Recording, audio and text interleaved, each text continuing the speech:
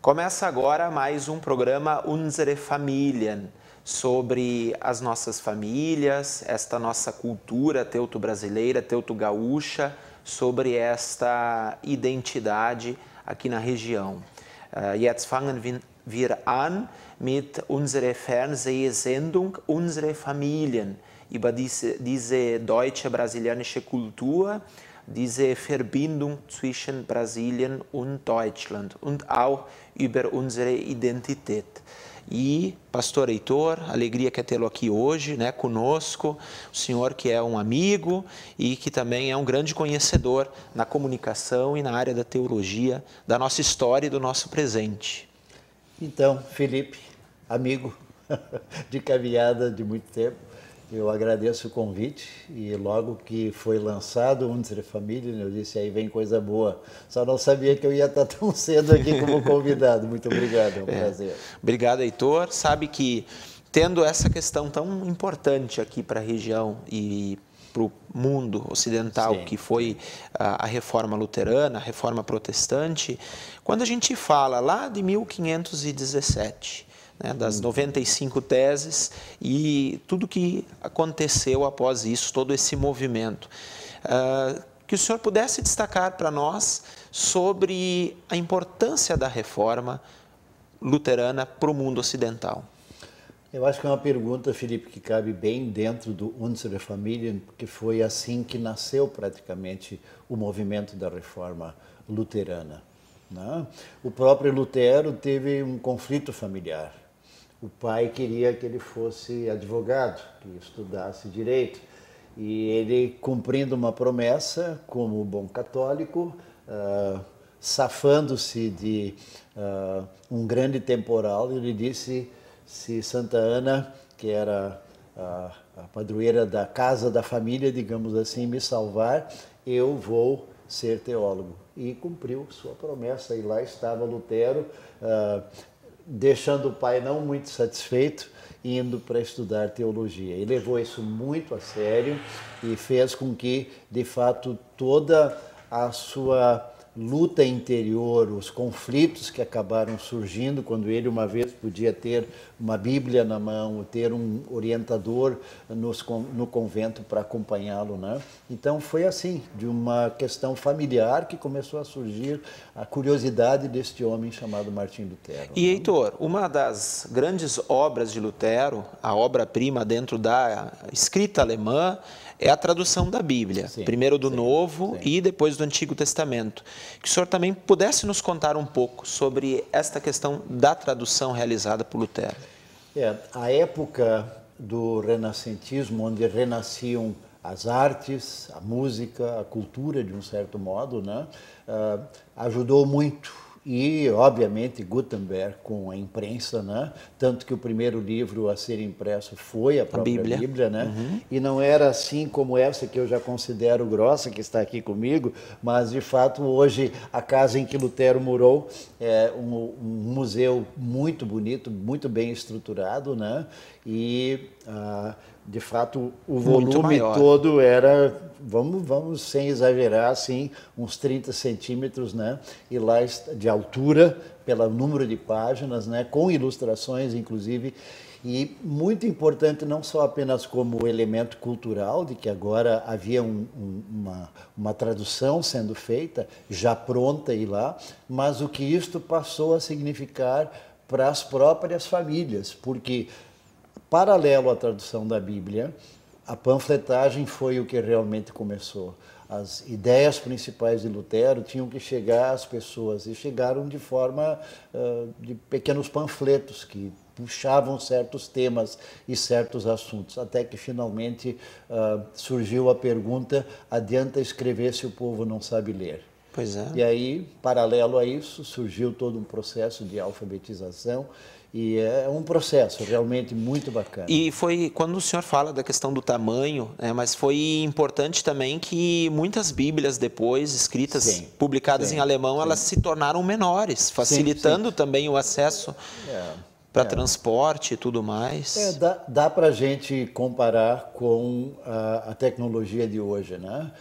O primeiro computador que você teve, provavelmente o meu, tinha que carregar 3 caixas para casa, né? Numa caixa tinha o transformador, na outra caixa tinha o PC e na outra caixa tinha o monitor. Hoje você tira do bolso, né? Um iPhone, um Smart, e você tem tudo ali. Dá para a gente mais ou menos comparar de que, de fato, o fato de ter a Bíblia pela primeira vez traduzida, Velho e Novo Testamento, e impressa, foi um impulso. E, obviamente, dali a coisa, digamos assim, passou a correr solta, como se diz na gíria. Né? A gente sabe também que boa parte do desenvolvimento, inclusive da Alemanha, se deve à reforma na área da música, depois em outras O próprio Lutero, como músico, né, tocava o seu alaúde, e muitas das primeiras reuniões que passaram a acontecer com ex-padres e ex-freiras que passaram a se juntar e ir para as pessoas foram movidas por muita conversa e muita música, de onde surgiram muitos clássicos hoje na história luterana, como as conversas ao redor da mesa, né? E literalmente era assim. É muito interessante, só uma curiosidade, das visitas que fizemos a Wittenberg. Uma delas foi logo que o museu foi inaugurado, e quando estávamos em frente à mesa, uma sala comprida, né? Alguém disse: provavelmente cerca de 40 pessoas passavam diariamente pela casa de Lutero para conversar com ele, grupos de estudantes que estavam lá, e Catarina, faziam as refeições com ele, a exímia esposa, a última das freiras que casou, porque Lutero foi reticente, né? Teve que meio ser empurrado para finalmente casar também. E então a casa de Lutero, a vida familiar, ela foi muito comunitária, ao mesmo tempo que uma vida em família. Né? Sim, e Heitor, dentro da tua família, dos teus antepassados, eles vieram de onde e em que época vieram? Onde se estabeleceram aqui no Rio Grande do Sul? Sim, a gente primeiro traçou, a minha esposa tem mais facilidade e tendências com pesquisas teológicas, gosta de genealógicas, gosta disso, né?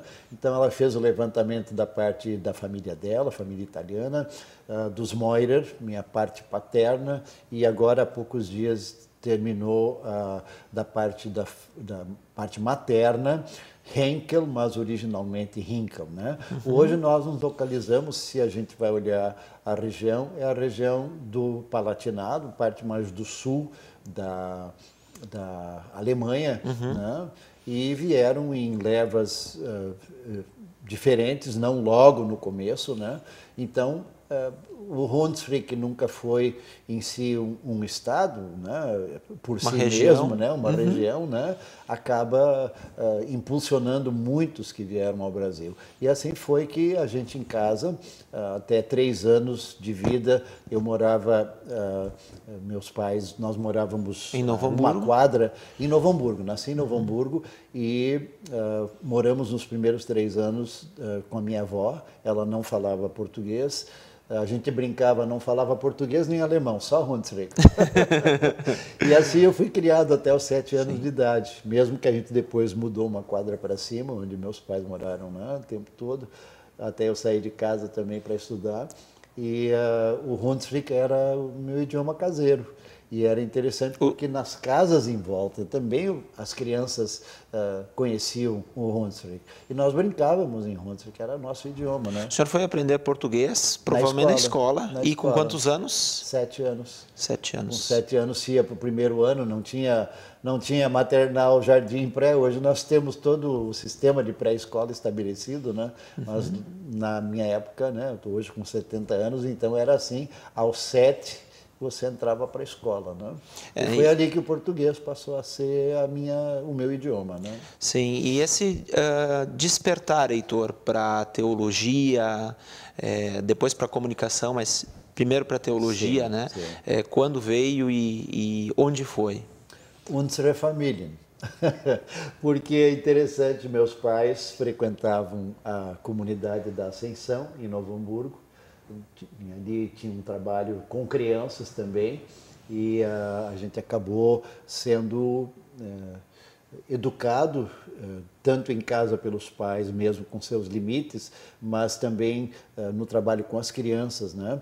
E uma curiosidade que eu acho importante colocar para mim, a minha vida praticamente toda de fé, ela teve um impulso muito grande na comunidade evangélica da Ascensão em Novo Hamburgo. Eu fui ainda batizado, nascido em 1950, na igrejinha pequena que tinha perto na esquina hoje da Avenida Pedro Adams Filho, para quem é de Novo Hamburgo e nos conhece, onde no passado foi uma farmácia ali, né? E logo naquele ano, 50, quando fui batizado, no ano seguinte já estava em construção a nova Igreja da Ascensão, né, que está aí no centro, que a gente tem que escolher o lugar para conseguir vê-la, de tantos edifícios que surgiram em volta, né? E logo depois, então, a minha comunidade local passou a ser a Ascensão. Ali também aprendi, na escola dominical, a ler a Bíblia, estudar, cantar com as crianças. Quando fiz a minha confirmação na Igreja Nova, obviamente, e ingressei para a juventude, também tive a felicidade de que isso aconteceu numa época de muito movimento dentro da Igreja da Ascensão. Tínhamos um grupo de jovens muito grande, éramos mais de 100 jovens, reuníamos quarta de noite, sábado, e então essa vivência comunitária despertou. Logo, logo eu estava num grupo de estudo bíblico, estava acompanhando jovens, pelo pastor da época fui convidado ao que se chamava de pregador leigo, pegava meu violão, mais 2, 3 jovens, e nós íamos para diversos lugares dentro da cidade, de lugares que hoje são comunidades. Escola Nilo Peçanha, hoje tem a comunidade Espírito Santo, fazia cultos na Igreja Católica, que estava em construção no bairro Guarani, tem uma comunidade lá, Redenção. Rondônia se fazia na escola e depois construíram sua própria igreja. Quer dizer, eu tive uma época muito feliz de vivência comunitária e isso também despertou para a teologia. E nesse período da sua juventude também é o período que você já inicia essa relação mais próxima com a comunicação, com a rádio.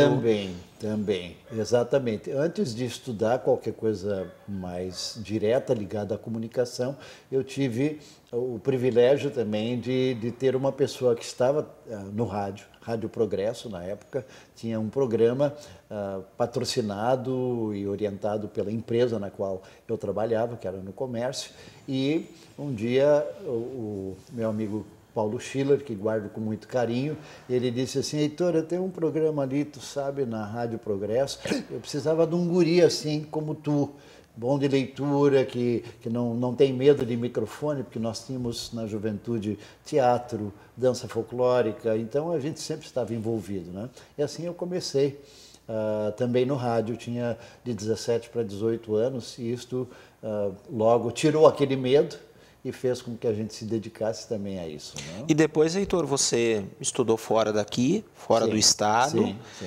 E depois até fora do país, mas teve boa parte da sua atuação profissional em Novo Hamburgo. Mas se você pudesse também, aos nossos telespectadores, contar um pouco sobre essa sua ida para fora, né? Primeiro do estado e depois do país. Quando eu estava com o grupo de jovens, na época surgiu a possibilidade de eu estudar. ou direto na Faculdade Este, em São Leopoldo, que se chamava Faculdade de Teologia, então, ou numa escola que tinha também pessoas de outra denominação. E foi o meu caso, então eu fui para São Paulo e estudei numa escola onde havia metodistas, presbiterianos, batistas, congregacionais. Eu conheci um outro mundo um pouco mais amplo e lá eu fiz a minha licenciatura com um estágio em 1972, bastante tempo, né? Em Novo Hamburgo, coordenado pelo pastor local aqui. E depois, quando me formei, em dezembro de 1973, logo recebi o convite para assumir pastorado na Igreja Evangélica de Confissão Luterana no Brasil, e sendo assistido nos primeiros anos pelo pastor aqui em Novo Hamburgo, então já foi uma segunda vinda para a Ascensão, primeiro para estágio, segundo para a comunidade, e nessa primeira vinda como pastor mesmo, pastor auxiliar que se chamava, eu atendi as comunidades do bairro Rincão e Primavera. E no último ano trabalho com os jovens aqui. Aí eu fui ser pastor em Vitória e na região de Campinas, em São Paulo.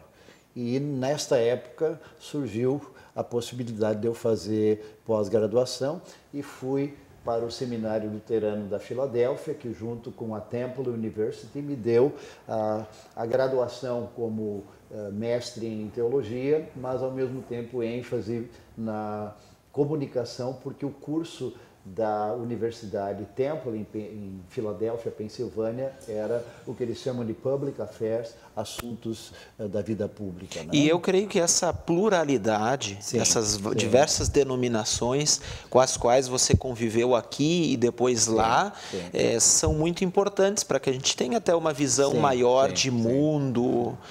E o seminário na Filadélfia também era um seminário, mesmo que luterano na sua teologia, mas aberto, e de outras igrejas estudava. É o caso, inclusive, da Faculdade Este hoje, que principalmente na pós-graduação tem alunos de outras igrejas que vêm para buscar a teologia. Né? Então, esta possibilidade de estar em outras áreas, obviamente, ela abre a nossa visão, a nossa ideia de mundo, a nossa ideia de igreja, e isso tudo ajudou muito na minha formação. Né? E aí, estou falando da Igreja Evangélica de Confissão Luterana, da sua formação e do seu desenvolvimento. Um pouco sobre essa estrutura, né, que naturalmente é bem diferente da estrutura da Igreja Católica, da sua organização por país e também a nível internacional.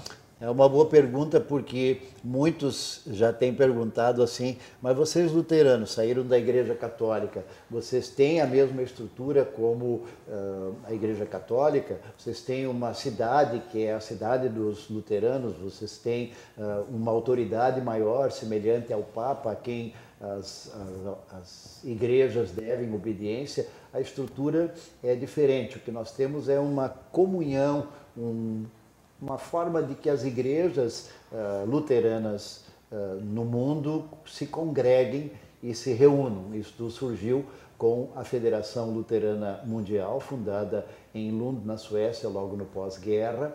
E hoje a estrutura, Felipe, da Federação Luterana Mundial, ela está presente em 98 países, onde há igrejas luteranas afiliadas à Federação Luterana Mundial, com 145 igrejas nacionais. O que se diz por igreja nacional? A Igreja Evangélica de Confissão Luterana no Brasil, ela é autônoma, ela não deve explicações, vamos colocar isso entre aspas, a ninguém. Ela participa dessa fraternidade de igrejas luteranas pela federação. Argentina, Paraguai, todos os países aqui da nossa região latino-americana, assim é Ásia, África e assim por diante. Aí estão esses 98 países presentes com luteranos. E que congregam quantas pessoas? 72 milhões afiliados, digamos assim, se você soma as igrejas. E pasme, as igrejas maiores, obviamente, ainda tradicionalmente estão concentradas na Europa, Alemanha e Suécia, mas em termos de crescimento, a África é o lugar onde o luteranismo mais cresceu nas últimas décadas. E dentro da África, a Etiópia acabou sendo uma igreja que explodiu, e grande parte do trabalho, porque a África, por causa da 90 e tantos % do islamismo imperando, igrejas cristãs são minoria.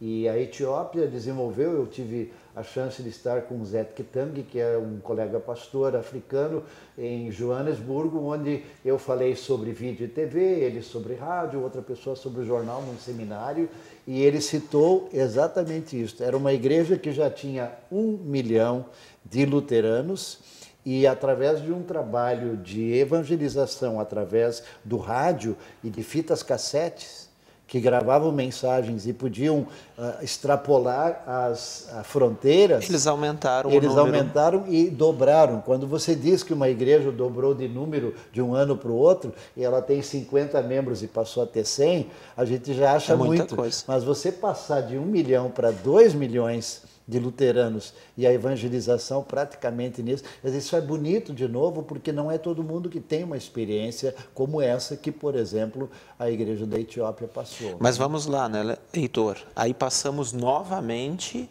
na questão da comunicação, sim, né? Que Lutero lá atrás, né? Depois exato. Os que o quanto isso é importante para as pessoas, a forma de se comunicar. Sim. Não tivesse ele aberto esta possibilidade de entender que o ensino não está só no púlpito e no altar, obviamente que nós não teríamos esta visão também. Eu até trouxe por curiosidade, quando nós numa das visitas estivemos em Wittenberg, nós recebemos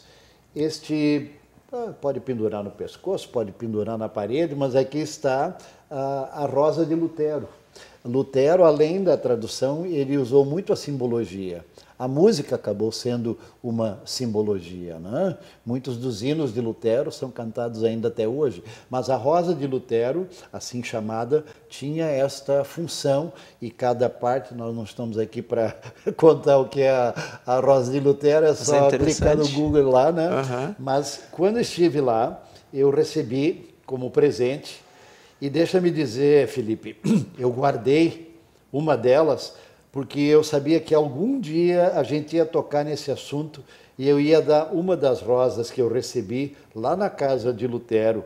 E eu acho que tu é a pessoa para quem eu posso deixar isso aqui. Muito e é obrigado. Um bom momento que façamos isso aqui no programa. E dentro desta Bíblia, eu já vou explicar um pouquinho dela, eu trouxe também o que é muito tradicional nas cidades. Nós aqui no Brasil temos também, mas a Alemanha, a Europa, de um certo modo, cada cidade tem os seus brasões e tem a sua bandeira. Essa é de Wittenberg. Vamos dizer, não vamos comparar Wittenberg a Roma, porque não tem intenção de ser Vaticano. Mas Wittenberg é aquela cidade que, de fato, onde tudo começou. Lutero estava lá e... Por isso também você inclui na sua coleção a bandeira de Wittenberg. Obrigado, muito obrigado. Ganhou São na loteria. Bonitas lembranças. Então. Mas agora deixe-me falar um pouco desta Bíblia. Ela é chamada Bíblia Sagrada com Reflexões de Lutero. É uma Bíblia, como outras impressas, mas ela tem textos que fizeram base das reflexões principais de Martim Lutero. Então você vai folheando, de repente você chega lá, por exemplo, estou aqui em Jó 33, e aí sobre o verso 4, um dia Lutero fez uma reflexão, escreveu algo, né? E esta Bíblia acabou sendo um marco também, em português aqui, para registrar os 500 anos da Reforma Luterana, e isto é um marco significativo também, né? E o mundo acabou descobrindo novas formas de falar. E nós somos uma igreja que não é germânica em todos esses 98 países e nessas 145 igrejas membros da Federação Luterana Mundial. Mas grande parte, até diria a maioria, tem na sua origem, como o Brasil, as raízes da imigração. Heitor, também é importante destacar, você falou que a Federação Internacional, né? A Federação Luterana é criada no pós-guerra em Lund, na Suécia, mas com a sua sede em Genebra, na Suíça. Exatamente. E você foi secretário nacional da ISLB aqui no Brasil e teve a oportunidade de estar lá e de estar em outros países, muitos deles na África. Então, se você também pudesse contar um pouco, né, sobre isto, porque, de fato, os alemães, muitos foram também para a África e lá levaram a igreja. Né? No período em que eu estava também como secretário de comunicação da ISLB, recebi a indicação para representar a ISLB junto à Federação Luterana Mundial como assessor de comunicação. É uma estrutura que a federação tem, onde ela reúne o seu conselho e cada um dos diversos setores dentro da federação tem os seus assessores novamente. Então é o conselheiro e o assessor. E na área da comunicação ficou comigo. Então, como representando aqui as igrejas Brasil, mas também as igrejas latino-americanas. O que acontece nessas reuniões é que, de fato, temas são tratados vindo desses países, mas, ao mesmo tempo, nós, assessores, prestamos serviço de forma gratuita, voluntária, porque a federação assume despesas de viagem e hospedagem e nós oferecemos o nosso trabalho. É uma parceria, senão não seria possível que a coisa acontecesse. E com isso, ligado à questão da comunicação, eu tive a oportunidade, de fato, de, na América Central, estar em praticamente todos os países. Na América do Sul, não consegui estar na Venezuela, não por questões políticas nem nada, mas porque nesse período não houve encontros lá, mas onde a gente ia, participava, dava cursos.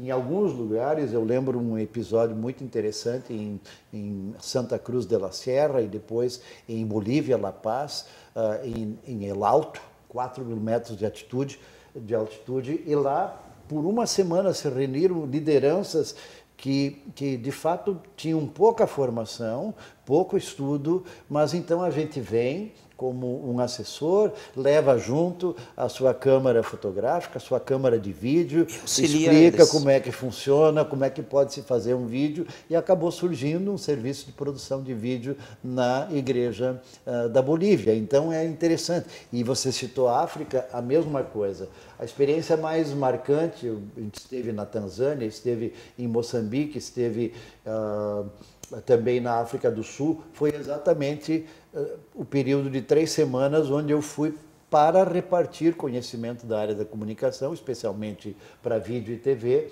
com estudantes de 3 seminários. Primeiro estávamos em Umpumulo, na região de KwaZulu-Natal, na África do Sul, e uma área extremamente pobre, o seminário sem recurso algum, onde a gente levou tudo. Para não dizer que a gente não levou tudo, eles tinham uma TV onde eu podia plugar os meus cabos e eles olhando na TV, então eu fazia os exercícios de isso aqui é um zoom, a gente faz assim, a gente pode enquadrar 2 pessoas, né? Aí fomos para Windhoek, na Namíbia, aí sim uma região, uma área, a cidade principalmente de colonização germânica bastante forte, uma igreja semelhante com tantas outras igrejas alemãs, estilo alemão, né?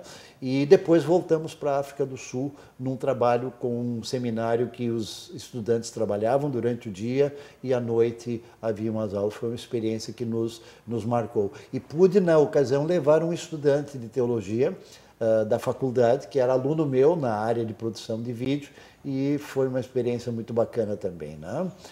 E a federação, ela ajuda, mas a própria igreja da Alemanha, da Suécia, também tem as suas formas de... Isso. As igrejas membros têm um compromisso financeiro também na manutenção da federação, para que os projetos possam ser realizados. E aí é feito, digamos assim, um proporcional, de acordo com as igrejas que têm mais recursos e as que têm menos. Esse percentual forma o 100% da doação das igrejas, de onde muitos projetos são aprovados. Inclusive, no tempo que eu estava como professor visitante na Faculdade ZEST na área de produção de vídeo, nós acabamos recebendo apoio da Federação Luterana Mundial para criarmos um centro de multimídia que ainda existe hoje. Hoje ele está dividido entre parte de áudio e parte de vídeo, com cursos de EAD. Então a gente teve aí uns 8 anos também nesse trabalho paralelo, e como uma extensão também da Secretaria de Comunicação na época, né? E nessas andanças a gente aprende, a gente ensina, e a vida é assim. Ela é cada vez menos vertical, ela é cada vez mais horizontal, né? Se o teu universo se abre, tu acaba ganhando com isso ao mesmo tempo que tu presta serviço a outros, né? Então a gente agradece a participação do Heitor, pastor emérito da Igreja de Confissão Luterana, comunicador, nosso amigo, e que a gente com certeza vai estar em outros programas juntos, né? E além de agradecer você, agradeço aos telespectadores, as pessoas que nos acompanham através do canal 14 da NET, aqui da Vale TV, e peço que vocês também continuem nos acompanhando através do Facebook, através do YouTube, através do nosso canal da Vale TV.